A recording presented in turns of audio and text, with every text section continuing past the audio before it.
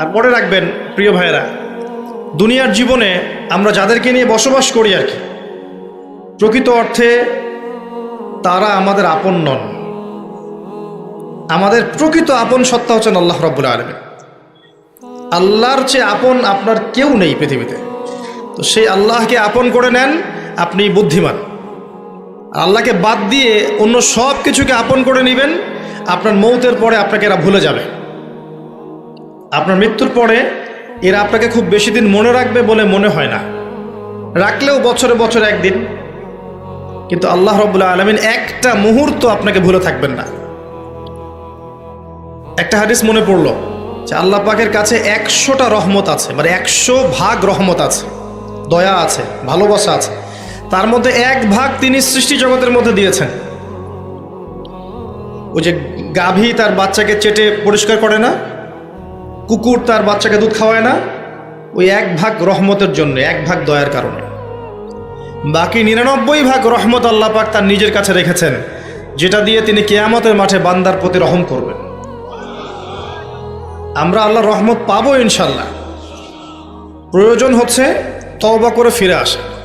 পাপ হবেই ভাই, জীবনে চলতে গেলে পাপ হবেই, উঠতে বসতে চলতে ফিরতে পাপ হতেই থাকবে, কিন্তু তওবাও হতে থাকবে ইনশাল্লাহ। যত পাপ তত তওবা, যত পাপ তত তওবা। আপনি ঠান্ডা মাথায় এভাবে একটা কাগজ নিয়ে বসেন বাসায়, কাগজ নিয়ে বসে আপনি হিসেব করেন যে মনে করেন, অঙ্ক করেন, মনে করেন আপনার হায়াত 60 বছর, কথার কথা চলে গেছে 30 বছর, বাকি আছে কত বছর? 30 বছর। শেষের 5 বছর মাইনাস করেন। এই 5 বছর আপনি চাইলেও মনের মতো আমল করতে পারবেন না, ঠিক আছে? শরীরে শক্তি থাকবে না, আপনার রোগ ব্যাধি থাকবে, ডায়াবেটিস, ক্যান্সার, হার্ট স্ট্রোক ইত্যাদি। নাউজুবিল্লাহ, আল্লাহ পাক হেফাজত করুন। থাকতে পারে, সম্ভাবনা কি বেশি না? 25 আছে আপনার কাছে, 25কে আপনি মাস দিয়ে গুণ করেন, দিন দিয়ে গুণ করেন, দিনের হিসাব পাবেন, পাবেন না? এখানে দাঁড়িয়ে হিসাব করেন আগের জীবনে কোন বছর থেকে আপনার নামাজ ফরজ হয়েছিল, কত বছরের নামাজ আপনি পড়েন নাই, কত বছরের রোজা আপনি রাখেননি, কত জাকাত ফরজ ছিল দেন নাই, ঠিক আছে? পাপের যেগুলো পাপ মনে পড়ছে লিখেন। আমি অমুকের সাথে জেনা করেছি, আমি অমুক দিন অমুক অমুক জায়গায় মদ খেয়েছি, আমি অমুককে হত্যা করেছি, আমি অমুককে পিটিয়েছি, আমি কিশোর গ্যাংয়ে ছিলাম, আমি ক্যাসিনোতে গিয়েছি, আমি এটা করেছি, এটা করেছি, লিস্ট করেন। প্রত্যেকটা পাপ দেখবেন, এক একটা পাপের জন্য আপনি আল্লাহর কাছে আলাদা আলাদা করে আল্লাহর কাছে দোয়ায় বলবেন, আল্লাহ আমি ওই পাপ করেছিলাম, আল্লাহ আমাকে মাফ করে দাও, আমি ওই পাপ থেকে তওবা করছি আল্লাহ, আর জীবনে কখনো এই পাপ করবো না ইনশাআল্লাহ। এরকম করে তওবা করেন, তওবাটাকে ফিল করতে পারবেন। খালি মুখে যদি বলেন আস্তাগফিরুল্লাহ ওয়া আতুবু ইলাইহি, ফিল করতে পারবেন না। আপনি লিখেন, বুঝবেন যে আপনি কি কি করেছেন জীবনে। করা যাবে না এটা, যেগুলো মনে পড়ছে করা যাবে কিন্তু। এরপরে অজু করবেন, করে সুন্দর করে 2 রাকাত সালাত পড়বেন, পরে চোখের পানি ছেড়ে আল্লাহর কাছে কান্নাকাটি করবেন যে আল্লাহ এই কাজ আমি করেছিলাম, আমি প্রত্যেকটা কাজ আমি আল্লাহ স্বীকার করছি যে আমি এগুলো ভুল করেছি। আল্লাহ তুমি আমাকে যত নেয়ামত দিয়েছো সব নেয়ামত স্বীকার করছি আল্লাহ, এবং আমি যত পাপ করেছি, তোমার অবাধ্য হয়েছে, সব স্বীকার করছি আল্লাহ, তুমি আমার পাপগুলোকে মাফ করে দাও। 1 মুহূর্তের মধ্যে আল্লাহ পাক মাফ করে দেবে ইনশাআল্লাহ তাআলা। শুধু তাই না, আল্লাহ পাক বলেছেন যে আল্লাহ পাক এই সমস্ত গুনাহগুলোকে নেকি দিয়ে পরিবর্তন করে দিবেন ইনশাআল্লাহ। ইল্লা মান তাবা ওয়া আমানা ওয়া আমিলা আমালান সালিহান, আছে না একটা সূরা ফুরকানে, ইল্লা মান তাবা ওয়া আমানা ওয়া আমিলা আমালান সালিহান। তারা নয় যারা তওবা করেছে এবং ঈমান এনেছে এবং বেশি বেশি সৎ আমল করেছে। উলাইকা ইউবাদদিলুল্লাহু সাইয়্যাতিহিম হাসানাত, এরাই তারা যাদের সমস্ত গুনাহকে আল্লাহ পাক নেকি দিয়ে পরিবর্তন করবেন। শয়তান ধোঁকা দিবে আপনাকে, শয়তান বোঝাবে এত তাড়াতাড়ি কেন, এখনো সময় পড়ে আছে, পরে তওবা করো, এত দ্রুত দিনের পথে আসতে হবে কেন, অনেক সময় পড়ে আছে, আগে পড়াশোনা শেষ করো, এসএসসি শেষ হোক, ইন্টার শেষ হোক, অনার্স শেষ হোক, মাস্টার্স শেষ হোক, একটা চাকরি আগে পাও, বিয়ে শাদী হোক, পরিবার হোক, শেষ বয়সে গিয়ে একটা হজ করে আলহাজ টাইটেল নিয়ে নেবে, ব্যাস হয়ে গেল। শয়তান আপনাকে বুঝাবে অনেক কিছু। মনে রাখবেন, ইন্নাশ শাইতানা কানা লিল ইনসানি আদুওয়াম মুবিনা, নিশ্চয়ই শয়তান মানুষের প্রকাশ্য স্পষ্ট শত্রু, এর ধোকায় পা দিবেন। আর ইবলিস অনেক স্মার্ট, কারণ তার অনেক বয়স হয়ে গেছে, সে অনেক প্রবীণ এবং প্রজ্ঞা অর্জন করেছে আর কি। সে কিন্তু অনেক স্মার্ট, সে জানে কিভাবে মানুষকে পদস্খলিত করতে হয়। সে মানুষকে নেক সুরতেও ধোকা দিতে পারে। নেক সুরতে মনে হচ্ছে ভালো কাজ করছি আমি, দেখবেন এই ভালো কাজের মধ্যেও দেখবেন ধোকা দিয়ে ফেলেছে, এত স্মার্ট। তো আমি যে পয়েন্টটাতে কথা বলছিলাম যে যুব সমাজকে যদি ইব্রাহিমের মতো, ইসমাঈল আলাইহিস সালামের মতো, মুহাম্মদ সাল্লাল্লাহু আলাইহি ওয়াসাল্লামের আদর্শে উজ্জীবিত হয়ে জীবন করতে হয়, প্রথমে তওবা করতে হবে। খালেস তওবা করে সমস্ত পাপ ছেড়ে দিয়ে বাকিটা জীবন, এই যে 25 বছরের টার্গেট করেন, এই 25 বছর আমি কি করতে চাই, আমার লাইফের গন্তব্য জান্নাত, জান্নাতে যেতে হলে আমার কি দরকার, আল্লাহর সন্তুষ্টি। আমি একটা জীবন পেয়েছি, এই 25 বছরের পর আমি আর থাকবো না পৃথিবীতে, এই সময়টুকুতে আমি কি করতে পারি নিজের জন্যে, নিজের পরিবারের জন্যে, আমার পরবর্তী প্রজন্মের জন্যে, ঠিক আছে, আমার উম্মার জন্যে, দেশের জন্যে বা রাষ্ট্রের জন্যে আমি কি করতে পারি, প্ল্যান করতে হবে। আমি কি পড়বো, এখন কোন কোন বই পড়বো, কোন কোন সাবজেক্ট পড়বো, পড়াশোনা করতে হলে আমাকে কার কার কাছে যেতে হবে লিখে ফেলেন। পড়াশোনার পরে আমি কিভাবে আমল করব, দিন রাত কেমন করে গোছাবো, 24 ঘন্টা রুটিন করে ফেলেন। তারপরে আপনার রিজিকের দরকার, আমি কি রিজিক চাচ্ছি, হালাল না হারাম, আমি হালাল যাচ্ছি। হালাল যদি চাই, আমি হালাল জব খুঁজবো, হালাল ব্যবসা করব, হালাল কৃষিভিত্তিক কাজ করব, হালাল কিছু করব, হারামে যাব না। প্রত্যেকটা কাজ ক্যালকুলেশন করে করেন। বিয়ে করব, এরপরে আমি কাকে বিয়ে করব, এই জিন্স এবং টি শার্ট পরা মেয়েকে নাকি একটা পর্দাশীল মুত্তাকি মেয়েকে? যে মুত্তাকি মেয়েকে টিক চিহ্ন দিলেন, এবার আসেন মুত্তাকি মেয়ে খুঁজতে হবে। মুত্তাকি মেয়ে ফেসবুকে পাওয়া যাবে না, ওই মেসেঞ্জারে পাওয়া যাবে না, হোয়াটসঅ্যাপে, ইমো, ভাইবারে পাওয়া যাবে না, ওইখানে যোগাযোগ করতে হবে। উপরে যোগাযোগ করে বলতে হবে, রব্বানা, বলেন, হাবলানা মিন আজওয়াজিনা ওয়া যুররিয়াতিনা কুররাতা আয়ুন ওয়াজআলনা লিল মুত্তাকিনা ইমামা। সূরা ফুরকান শেষের দিকে আছে। এই দোয়া করতে থাকেন আল্লাহর কাছে, আল্লাহ পাক মিলাই দেবেন ইনশাআল্লাহু আযজা ওয়া জাল্লা। ভুলেও ওই জিন্স এবং গেঞ্জি সংস্কৃতির মেয়েকে ঘরে তুলেন না, এই আপনার পরিবারটা জাহান্নামের টুকরা হয়ে যাবে। এই কাজ ভুলেও করতে যায় না। আর এটাও মনে রাখেন যে সব বোরখা মানেই মুত্তাকি পরহেজগার মেয়ে নয়, সব বোরখার পিছনেই দিনদার মেয়ে থাকে না, এটাও মাথা রাখবেন। ওইখানে কানেকশন করেন, ইনশাআল্লাহ আল্লাহ পাক ব্যবস্থা করে দিবেন ইনশাআল্লাহ। রিজিক কে দেয় ভাই? আসমান জমিন সৃষ্টির 50,000 বছর আগে, কত হাজার? 50,000 বছর আগে আল্লাহ পাক তাকদির লিখে ফেলেছেন। লেখা হয়ে গেছে আপনার কার সাথে বিয়ে হবে, আপনার কয়টা বাচ্চা হবে, আপনি কত বছর থাকবেন পৃথিবীতে, কিভাবে মারা যাবেন, কোন দিন মারা যাবেন, এবং মৌতের পর আপনার কি হবে। এই পৃথিবীতে আপনি কত কোটি চালের দানা খাবেন, কত কোটি ডালের দানা খাবেন, কতগুলো মাছ খাবেন, কতগুলো মাংস খাবেন, সব লেখা আছে, সব লেখা আছে। আল্লাহ পাকের এই পুরো সিস্টেমের মধ্যে আমরা, এর বাইরে যাওয়ার কোনো ক্ষমতা নেই। মানুষ তো আল্লাহকে চিনে না, মানুষ আল্লাহকে চিনে না বলেই আল্লাহর অবাধ্য হয়। উমর রাদিয়াল্লাহু আনহু আমিরুল মুমিনিন, ইসলামের দ্বিতীয় খলিফা, রাতের বেলা তাহাজ্জুদ পড়তেন, আবার রাতের একটা অংশ অল্প একটু বিশ্রাম নিতেন, নিয়েই আবার বের হয়ে পড়তেন জনগণের খোঁজখবর নেওয়ার জন্যে।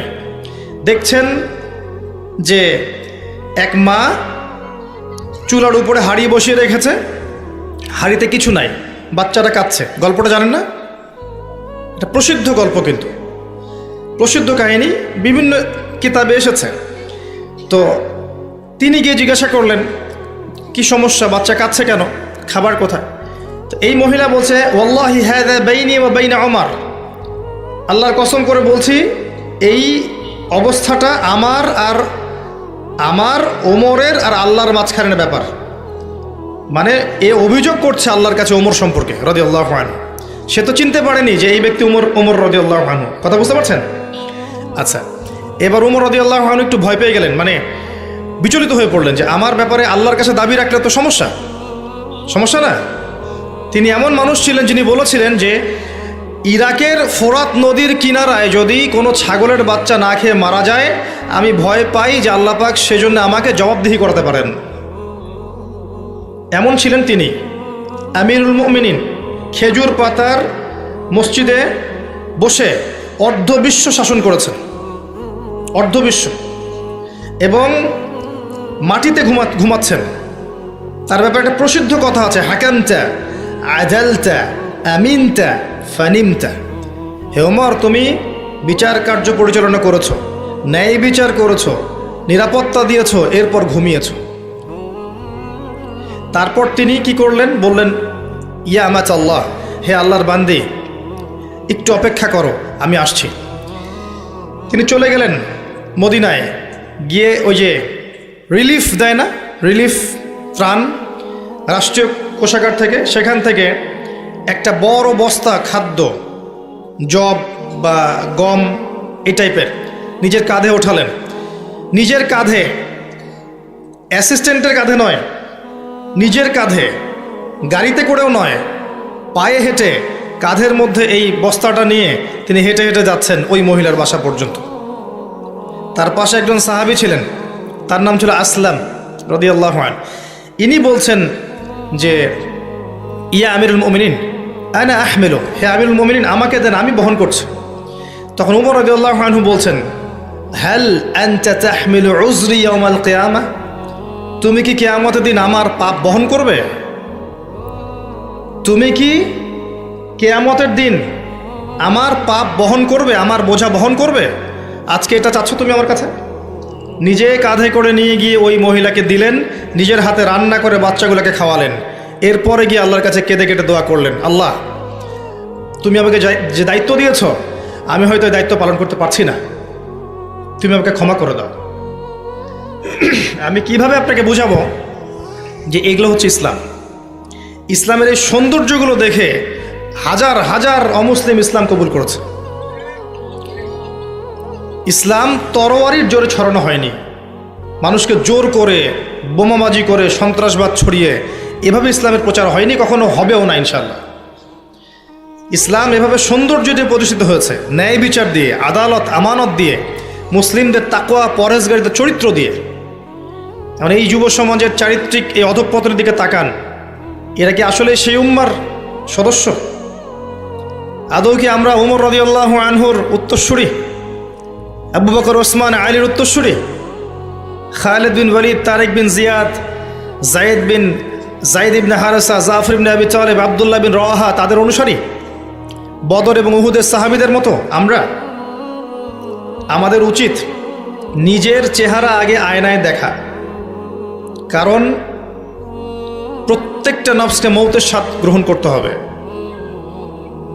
ফাইন্নামা তুওয়াফাউনা উজুরাকুম ইয়াউমাল কিয়ামা, এরপর কিয়ামতের মাঠে তোমাদেরকে পূর্ণ প্রতিদান দেয়া হবে। ফামান যুহজিহা আনিন নার ওয়া উদখিলাল জান্নাতা ফাকাদ ফাজ, ওই দিন যাকে জাহান্নাম থেকে বাঁচানো হবে এবং জান্নাতে প্রবেশ করানো হবে, একমাত্র সে ব্যক্তি সফল, আর কেউ সফল নয়। তাই আমি যুব সমাজকে আমার হৃদয়ের অন্তঃস্থল থেকে অনুরোধ করব, এই যে সময় নষ্ট করা, অহেতুক পড়াশোনায় ফাঁকি দেওয়া, আপনার ইসলামের বেসিক জিনিসগুলো না শেখা, কোরআন হাদিস না পড়া, রোজা না রাখা, নামাজ না পড়া, কোরআন তেলাওয়াত না করা, আল্লাহর জিকির আজগার না করা, সারাটা দিন এই যে ফেসবুকিং, ইউটিউবিং, আপনার পাবজি, আপনার টিকটক, এই যে আপনার আর কি আছে, এই যে পর্নোগ্রাফি, আপনার অশ্লীল সাইটগুলোকে ভিজিট করা, মেয়েদের সাথে চ্যাটিং করা, গার্লফ্রেন্ডের সাথে ডেটিংয়ে যাওয়া, জিনা করা, মাদকদ্রব্য সেবন করা, এই যে পশ্চিমাদের নোংরা সংস্কৃতিতে অভ্যস্ত হয়ে গেছেন, আল্লাহর ওয়াস্তে এখান থেকে তওবা করে ফিরে আসেন। ফিরে আসেন, আপনার জন্য দুইটা সুসংবাদ।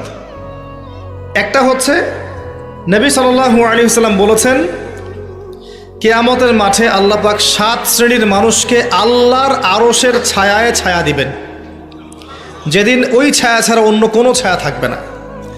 তার মধ্যে এক শ্রেণী হচ্ছে যে যুবক সমাজ বা যুবক শ্রেণী, যুবতীও পর্বের মধ্যে, যারা তাদের যৌবনকালটাকে আল্লাহর রাস্তায় বিলিয়ে দিয়েছে।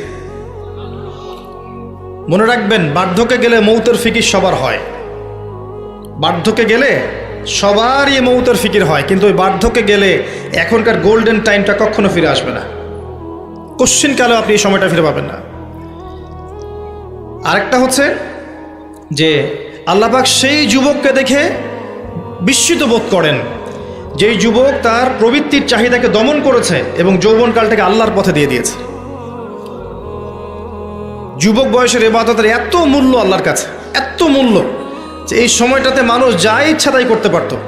কিন্তু যুবক শ্রেণী আল্লাহকে ভয় করে, তার রাসূলকে ভালোবেসে, রাসূলের সুন্নাহগুলোর উপর আমল করলে, নামাজ পড়লে, রোজা রাখলে, তাহাজ্জুদ পড়লে, জিকির করলে, সৎ কাজের আদেশ করলে, অসৎ কাজে নিষেধ করলে, জ্ঞান অর্জন করলে, তিলাওয়াত করলে, এক কথায় ন্যায়ের পথে থাকলে আল্লাহ পাক অফুরন্ত নেকি পুরস্কার দিবেন ইনশাআল্লাহ তাআলা।